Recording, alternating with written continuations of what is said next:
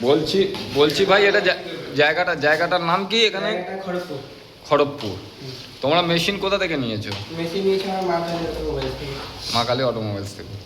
আর বলছি মেশিন সম্বন্ধে বলো, আমরা যে পাক শেখাতে এসেছিলাম কিভাবে শেখালাম সেটা। প্রথম মানে নিজেরা দুদিন ট্রাই করেছিলাম কিন্তু হয়নি ওরকম ভাবে। তারপরে আপনাকে মানে কুণালদাকে ফোন করা হয়েছিল যে পুরো ট্রেনিংটা যাতে ঠিক করে দেওয়া হয়। তো এসে উনি শিখালেন যা যা ভুল হয়েছিল, যেগুলো পাখি যেটা ভুল করছিলাম, অ্যাসিডগুলো সাইট্রিক অ্যাসিডটা কীভাবে দিতে হয় নানান, তারপর ওখান থেকে ঢালা থেকে শুরু করে মেশিনটা অপারেট করা সব কিছুই ভালোভাবে শেখালেন। আচ্ছা, আর মেশিন কি মনে হচ্ছে? মেশিন চালিয়ে মনে হচ্ছে সাকসেস মনে হচ্ছে তো?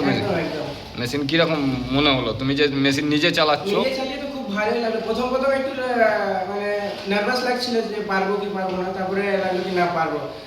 আচ্ছা, তোমরা মেশিনটা মা কালী থেকেই নেবে কেন ডিসাইড করলে? আরো তো কোম্পানি রয়েছে, কেন মা কালীকেই বেছে নিলে? কেন কি মানে অনেক জায়গায় আমি খোঁজ করছিলাম, কিন্তু মা কালীটা একটু ট্রাস্টেড লাগলো। আর ওনাদের ব্যবহার থেকে শুরু করে সব কিছু A to Z, মানে আজ পর্যন্ত এখনো মানে যখন কোনো অসুবিধা হয় বা ফোন করি তখন একদম একটা কলে ওরা রিসিভ করে, যা অসুবিধা হয় বলে দেয় কিভাবে কি করব না করব।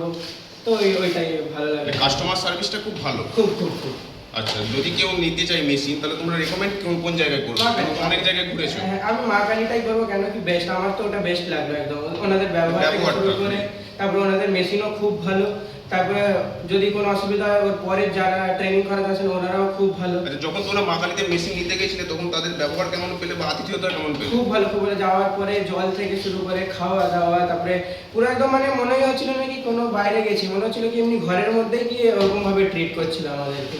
আচ্ছা, আর আমরা যে এসছিলাম, আমাদের ব্যবহার বা আমরা ট্রেনিং করালাম সেই সম্বন্ধে একটু ভালো করে বলো যে কিভাবে করালাম তোমাকে। তোমার খোলাতে তুমি মাল শিখলে বা প্রোডাকশন করতে? প্রথমবারটা দাদারা শিখিয়ে দিয়েছিল, মানে প্রথমবারটা কিভাবে কতটা কি অ্যাসিড দিতে হয় বা চিনিটার পরিমাণ, জলের পরিমাণ।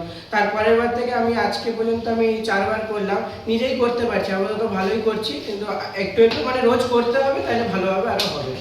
আর দাদাদের ব্যবহার তো খুবই ভালো, নিজেদের মতো ভাইয়ের মতো করে শেখালো আমাকে। ঠিক আছে, তাহলে এবার দেখে নিন, উনি নিজে হাতে করেছে। এই যে মাল করেছে নিজে হাতে, এই যে কোয়ালিটি, মালের কোয়ালিটি, এই যে মাল করেছে, এখনো করছে। এই যে পাক করছে, নিজেই করছে। এই যে দেখুন হাইড্রো দেবে।